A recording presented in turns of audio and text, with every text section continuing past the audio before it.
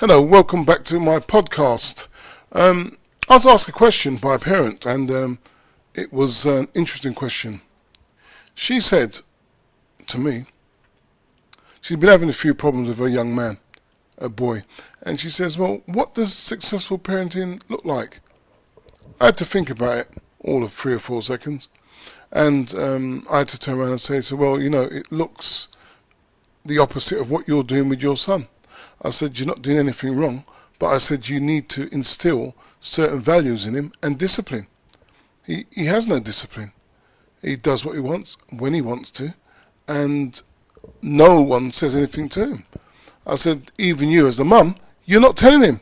So I said, look, let's look at it from another angle, and we'll start again with him. I said, well, the first thing you need to do is make sure that your child that's living in your house, boy or girl, doesn't matter which, is assigned chores. Because when kids are assigned chores, they begin to understand that you're not going to breeze through life. You have to put something into it. And as a parent, you've got to try to do this step by step. And it sounds easy, but it isn't. But you take your time, you give them some chores to do, and if need be, you pay them at the end of the week for doing the chores. The other thing that I've noticed with a lot of parents is, for example, I was in a shop on the weekend. It was Morrison's. That's it. I keep calling it bloody Safeway. Morrison's, and I was watching 2 mothers. Anyway, one mother's walking down the aisle with the jams in, with all the glass stuff, not too sensible, and she had a child with her. Now, from my recollection, well, from me, I think the child's about 6 or 7. So he's saying. He's going, hey, mummy. That's what it sounds like. It's a bit posh. Mummy, why do they have jam in jars? Anyway, I thought to myself, it's not a brilliant question, but I had to listen. I eavesdropped. She explained to me, well, we have it in jars so that they can sell it to us, and we can buy it in these different flavours, and you'll enjoy it. Once we bring it home, you'll enjoy it. But because it's in glass and it's on those shelves, you mustn't touch them. Don't touch them, because if it breaks, we have to pay for it, and we're not going to eat it, are we? Someone else is going to eat it. You can see that little boy understood that. Anyway, there's another little boy with his mum, and I watched her as well, and she came in, and all you could hear was this boy asking questions. Anyway, she turned around and said to him, where did Russia ask her? Anyway, it was a bit like that. And she smacked him round the head. Now, I learnt something from that. I learnt how not to treat children, because his instant response should have been to shut up, but no, he kept, you thought someone killed him, but that was her mentality. She couldn't see beyond that. Yeah, I bet you think she's a good mother. But, of course, we don't. Now, going back to the children again, having really realistic, high expectations from the very young age of about 6 or 7 is a good thing. Kids need to be told that they can do things. Kids also need to understand that they will make some mistakes. Now, if you tell your child that they're going to do well, most of the time they will. And if you tell them from they're young, as they grow up and go into years and go into years 7, 8, 9, 10, they'll expect to do really, really well. The other thing is social skills.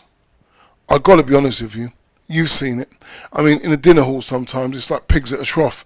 There's no manners at all. And yet, you do get the children who are well mannered. You understand that when you're eating your food, you have your space. It's a social space. You eat, you share, you pass the sauce, this type of thing. Now, we do get the children far too frequently who are really greedy, have really bad manners, and do things that you wouldn't expect. And it's beginning to be the norm. The bad manners is incredible. And you've got to train your child. Good manners is everything. A well-mannered child will get what he wants, and a well-mannered child may well find that when he drops himself into the poo, he's going to be able to go out. Why? Because he's well-mannered. Now, the other thing, spending quality time in reviewing and looking at your child's development. You can't pay money for this quality time. It's so important. We have an approach, and the approach is quite simple. The quality of time that you spend with a child will either be really good parenting or really bad. And you got to be honest with yourself. The days where the key latch parenting was really common is still here. We've got to do it. I know mums, you got 2 jobs, and you're still trying to do something else, and you have to split your time in the best way you can. But remember, education is important. So it's important when you get even just 10 minutes, spend that 10 minutes with him. Talk to her, explain things to her, explain things that they may not understand, and let them understand things about the environment and what's going on around them. Now, also in that, you need to encourage your child to have a bit of grit.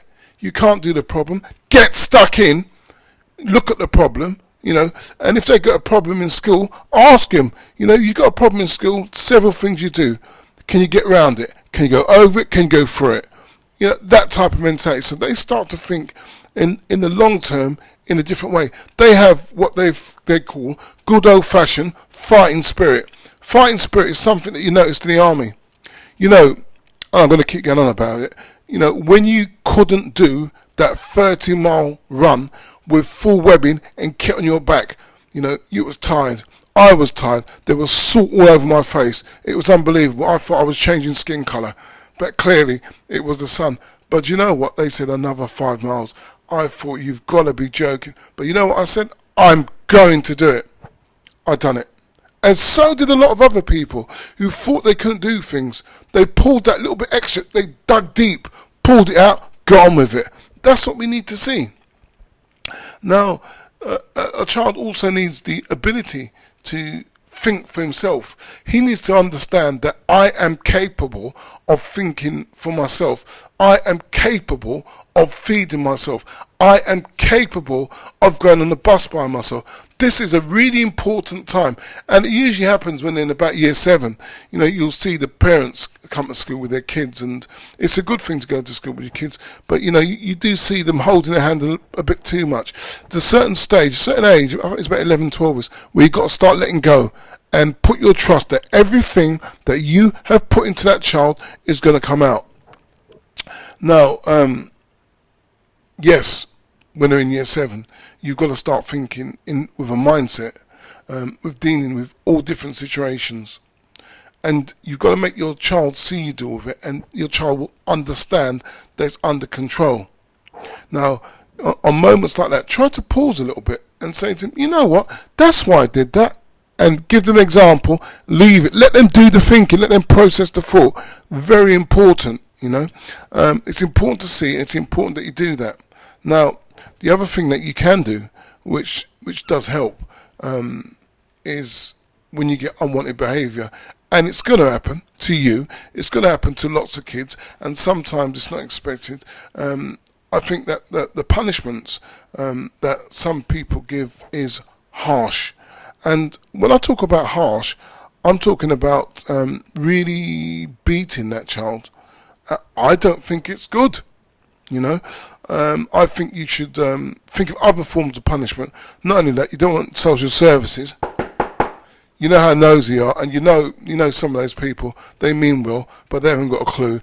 They love to be nosy parkers, which I always think is a bit of a bad thing.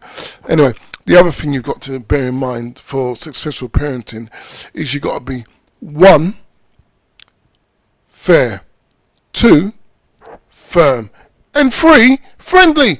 I can tell someone off in a really friendly manner. Please don't do that, because you know what? If you do that, we're not going to be able to do this, or this. They understand. Start them understanding now. It's really important that they understand that they can trust you, and that you're the one person they can come to talk, to let their load off. It's important, because when they go to school, they're going to come into all those influences. And you know, you've already seen it in junior school. It's awful. Secondary school can be a nightmare. So prepare your kids, and remember the one thing about them: firm, fair, and friendly. You know, I've seen some people absolutely magic with this, being firm to the child and fair and friendly. It works so well. You don't have to do it too many times, and before you know it, your son, your daughter's a teenager, and they can think for themselves. After all, is that not what we want? Anyway, I'm going to end it from now. Want to talk to me, and I'm trying to answer the emails as quick as I can. Drop me an email, and I'll give you an answer back. Thank you very much for listening, and now you can go and have your tea. Take care now. Bye.